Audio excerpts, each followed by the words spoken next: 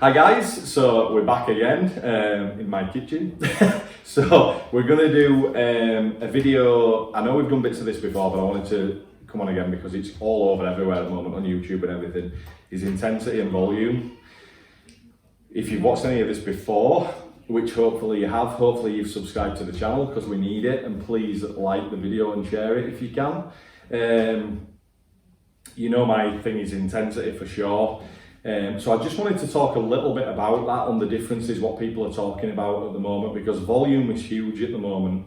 And I do have issues with that. I don't care what people do, but the reason with volume, and I'll go into that now, is quite simply that no one can ever argue the fact that the more volume you do, the less intensity you can give.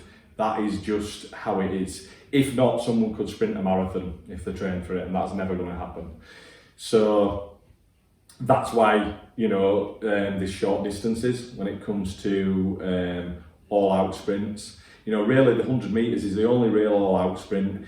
You talk to anybody that's a top athlete and they have to hold off even a little bit for the 200 and the 400. And that's just simply because so they can make the race right through. So that's like anything with a set. If you're going to do more and more sets, you're going to have to hold off on them to be able to get through the workout. That's just how it is. No one can argue that fact. So when people post it all the time, or they're talking on YouTube about I'm increasing my intensity and volume, you simply can't. You're doing one or the other, because the opposite ends of the scale. So, and I know from experience of training, and I don't care again who argues with me over this, but you cannot make up intensity with volume.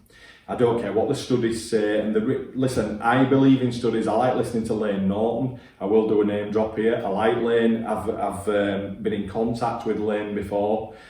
And I've even told him this when we've messaged a little bit, that, you know, I believe in studies. However, I believe in experience. And I know for a fact, he's even mentioned this himself on certain videos about the intensity of a set. Now I know for a fact that when they've done these studies over weeks and months, they have not taken someone in there and truly trained them to failure.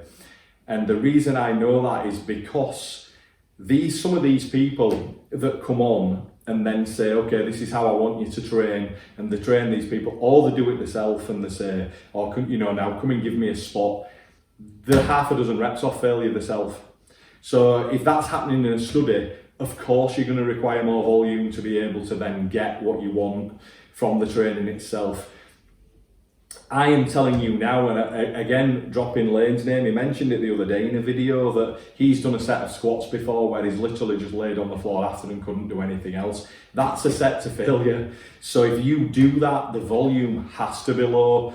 And if you actually sit and think about it, how in the hell can a number of sets with less intensity create what that's created? It can't, because you're never going to that extreme that the body has to change. You know, your body's going to kick in, your brain's going to, my God, we have to do something here so he doesn't do this again, because that's what it's about. It's an adaptive response that we're after.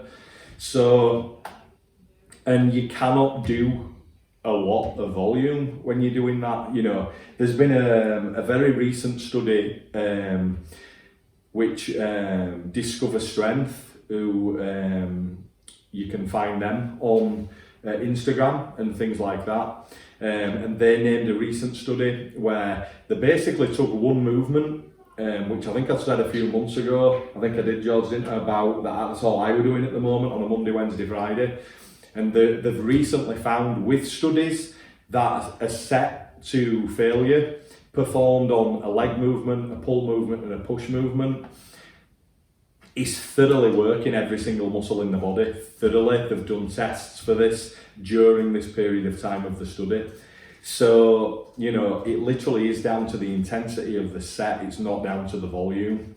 And again, I'll argue that for life, because I've done volume before and I've done intensity, and there's no comparison to the two, but it's real intensity we're talking about. You know, you have to fail mentally and physically. A lot of people think they're training hard, and I'm not here to say I'm superhuman, I've said this before or anything, but if I'm training, I'm pushing as far as I possibly can, and that's what you have to do. Otherwise, it's just a short workout. So people that say it's not working, they're either doing something wrong out of the gym, excuse me, or they're just not training hard enough. So, and then I will get people that will always come back at me with, well, if you look at the amount of people that's done very well with high intensities compared to people with volume, there's no comparison. Well, I'll put my view on that now, and my view on that is this: 99.9% of people in the world train volume. How many pros is there that look good? You know, how many when you go in a gym is the people that look good? There's never overly many. Without sounding disrespectful to people, people look great, but we're talking maybe about the high echelon here of you know, people saying the Olympia. You know, if you compare the people that's done high intensity, so you've got Dodin, who's probably the best ever. You know, Lee Labrada's a high intensity guy. Casey Vieta, Mike Menzer, all did incredibly well in the Olympia. If you compare the amount of people that are doing well, you take now Labrada's son, you look at even people like Nick Walker and things, it's a much lower volume approach. I'm not saying it's a super high intensity with low volume, but it's a much lower approach, plus great form, which people used to say, you have to lift stupid heavy. If your form's too good, you're not going to get the gains. Look at these guys when they're training, they're squeezing, stretching, what I've been talking about for a long time, and other people have. And people said, you can't get big like that. You know, as I've said before, heavy's relative on the form that you're using.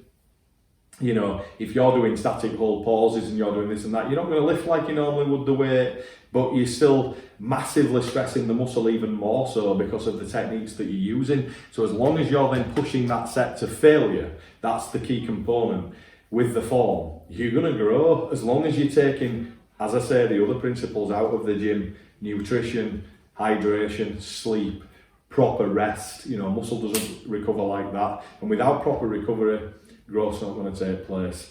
So if you actually, as I say, compare the people that's done well with high intensity compared worldwide to the people that use volume and haven't, you've kind of got to look at it at a different point of view at that point.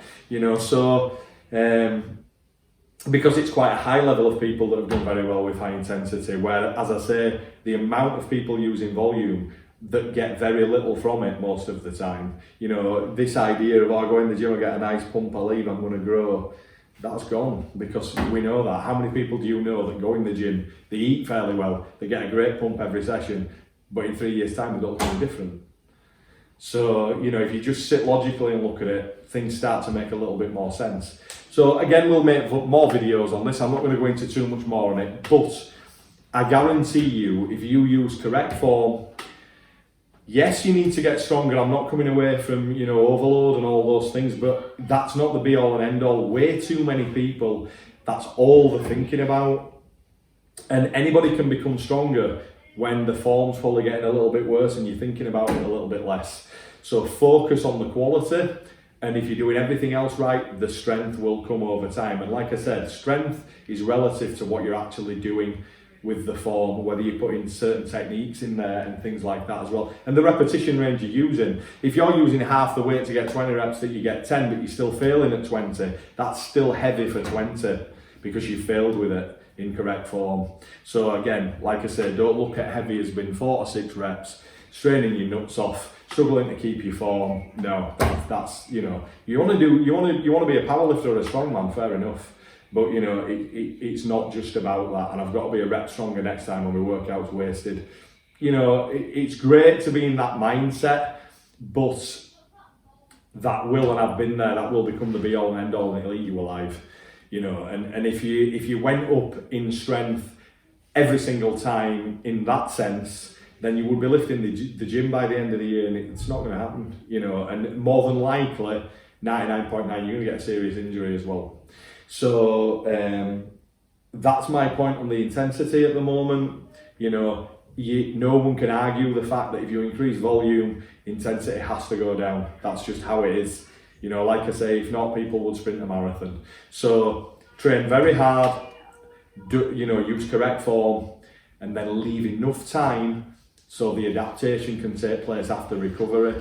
And obviously keep yourself hydrated, plenty of nutrition, and plenty of sleep. People don't sleep enough, that's really important.